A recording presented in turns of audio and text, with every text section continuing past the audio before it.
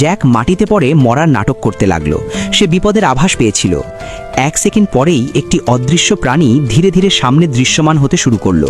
সে thermal vision দিয়ে চারপাশের জায়গা স্ক্যান করতে লাগলো। জ্যাক নিঃশ্বাস বন্ধ করে দিল এবং নড়ার সাহস করল না। প্রেডেটর তার শরীরের তাপ অনুভব করতে পারল না। সে বেঁচে যেত, কিন্তু প্রেডেটর যখনই ঘুরে চলে যেতে শুরু করলো, তার পা সরাসরি জ্যাকের উপর পড়ল। শেষ পর্যন্ত জ্যাক মৃত্যুর হাত থেকে বাঁচতে পারল না। এসব দেখে মেয়েটি পুরোপুরি স্তব্ধ হয়ে গেল। ঠিক তখনই তার কুকুরটি হঠাৎ বাইরে বেরিয়ে এলো। প্রেডেটর সঙ্গে সঙ্গে অস্ত্র তুলে লক্ষ্য স্থির করল। সে যখনই গুলি চালাতে যাবে, মেয়েটির ভাই সামনে চলে এলো। সে প্রেডেটরের হেলমেটটি নিচে ফেলে দিল। এরপর প্রেডেটর এলোপাথারি গুলি চালালো।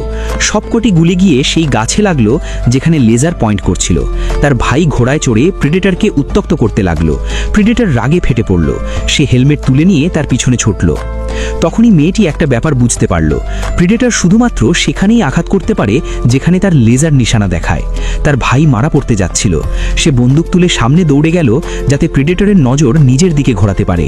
সেই সুযোগে তার ভাই প্রেডেটরের কাঁধে বল্লম বিধিয়ে দিল, কিন্তু তাতে প্রেডেটরের বিশেষ কিছু হলো না। মেয়েটি দ্রুত বন্দুকের বারুদ ভরতে শুরু করলো। তার ভাই অনবরত আক্রমণ চালিয়ে যাচ্ছিল। লড়াইয়ের মাঝখানে প্রেডেটর আবার অদৃশ্য হয়ে গেল। তারা দুজনেই ঘাবড়ে গিয়ে তাকে খুঁজতে লাগলো। তার ভাই বিপদ অনুভব করতে পারল। প্রেডেটর তাকেই সবচেয়ে বড় হুমকি হিসেবে চিহ্নিত করেছিল। সে বলল যে এখন সব শেষ। পরের মুহূর্তেই প্রেডেটরের তলোয়ার তার ভাইয়ের বুক এফোর ওফর করে দিল। মেয়েটি এই দৃশ্য দেখে একদম জমে গেল। প্রেডেটর তার দিকে ফিরল। তার ভাই শেষ নিঃশ্বাসে একটি খুলি তুলে প্রেডেটরের পায়ে গেঁথে দেয়। প্রেডেটর রেগে গিয়ে অস্ত্রের এক মরণঘাতী আঘাতে তার ভাইকে মেরে ফেলে। ততক্ষণে মেয়েটি সেখান থেকে পালিয়ে গিয়েছিল।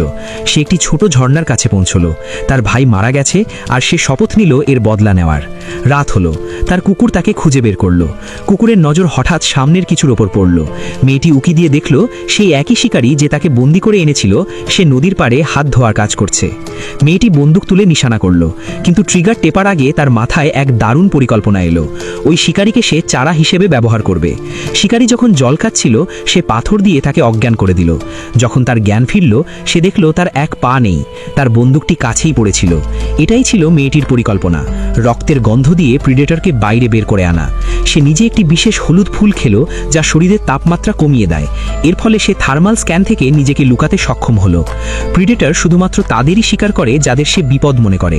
রক্তের গন্ধ অনুসরণ করে সে সেখানে পৌঁছলো এবং মাটিতে পড়ে থাকা আহত শিকারীকে দেখতে পেল।